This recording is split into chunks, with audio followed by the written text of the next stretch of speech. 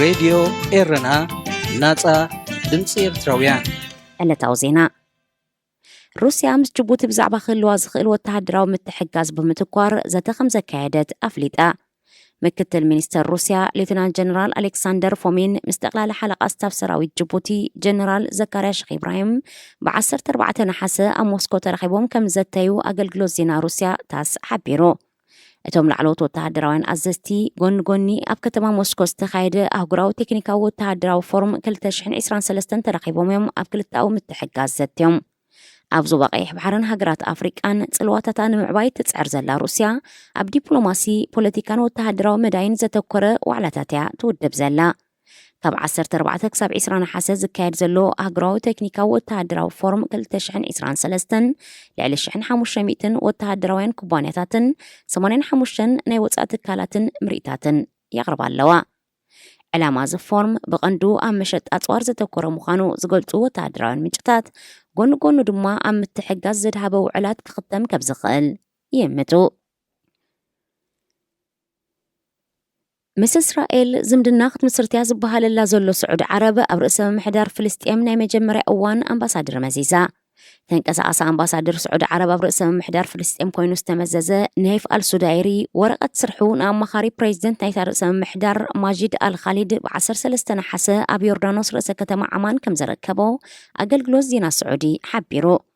እቲ ተበግሶ መቐጸልታ ናይቲ ስዑድ ዓረብ ንፍልስጤም ዘለዋ ደገፍ ንምርጋጽ ዝተወሰነ ምዃኑ ዝተንተኑ ዲፕሎማሰኛታት ጎኑ ድማ ምስ እስራኤል ዝምድና ንምምስራት ባይታ ዘጣጢሑ ኢሎም ካብ 2020 ሒዙ እስራኤል ምስ ሕቡራት ኢማራት ዓረብ ባሕሬን ሞሮኮን ሱዳንን ንመጀመርያ እዋና ዝምድና ድሕሪ ምምስራታ ዝቕጽል መደብ ምስ ስዑድ ዓረብ እናተባህለ ዝግለጽ እንተኾነ ዛጊት ብክልቲአን ወገን ዝተወስደ ወግዓዊ ናይ ዲፕሎማሲ ተበኮሰ የለን እስራኤል ኣብ 1948 ከም ሃገር ካብ እትቐውም ክሳብ ዝእዋን እዚ ምስ ግብፅን ዮርዳኖስን ምስ ዝርከበአን 6 ሃገራት ጥራዩ ወግዓዊ ዝምድና ዘለዋ ምስ ህዝቢ ፍልስጤም ክደናገጹን ሙቓም ሃገረ ፍልስጤም ክጸቕጣሉን ሃገራት ዓረብን እስላምን ንእስራኤል ከም ሃገር ወግዓዊ ኣፍልጦ ካብ መሃብ ክዕሰማየን ጸኒሐን ኣብዚ እዋን ምስ ዘሎ ፖለቲካዊ ወተሃደራውን ጸጥታውን ኩነታት ብዝተሓሓዝ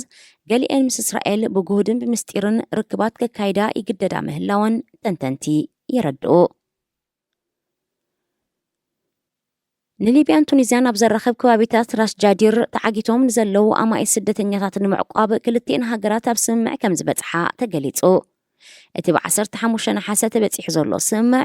ኣብቲ ኣብ ገምገም ባሕሪ ዝርከብ ኣጻምእ ከባቢታት ተዓጊቶም ዘለው ኣሳስ 300 ስደተኛታት ናብ ክልቲአን ሃገራት ግዒዞም ግዝያዊ መዕቆቢ ክዳለወሎም ዝሕግዝ እዩ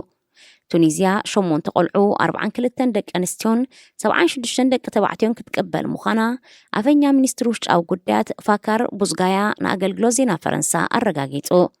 መብዛሕትኦም ቶም ኣብቲ ኣጻምእ ተዓጊቶም ዘለዉ ቆልዑን ደቂ ኣንስትዮን ዝርከብኦም ስደተኛታት መንግስቲ ቱኒዝያ ካብ ከተማታት ገፊፉ ናብቲ በረኻ ዝመለሶም እዮም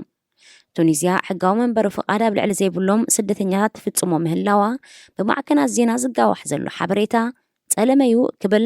ሚኒስትሪ ጉዳያት ወጻእቲ ሃገር ብ8 ነሓሰ ኣብ ዘውፅኦ መግለጺ ነጺጉ እዩ እንተኾነ ቱኒዝያ ዘይሕጋዊ ምስጋር ስደተኛታት ንምግታእ ዶባታ ናይ ምሕላው መሰል ከም ዘለዋ እቲ ሚኒስትሪ ኣሰኻኺሩ ዝኸበርኩም ሰማዕትና ዜና ኣብ ዝተፈጺሙሎ ሬድዮ ኤረና ናጻ ድምፂ ኤርትራውያን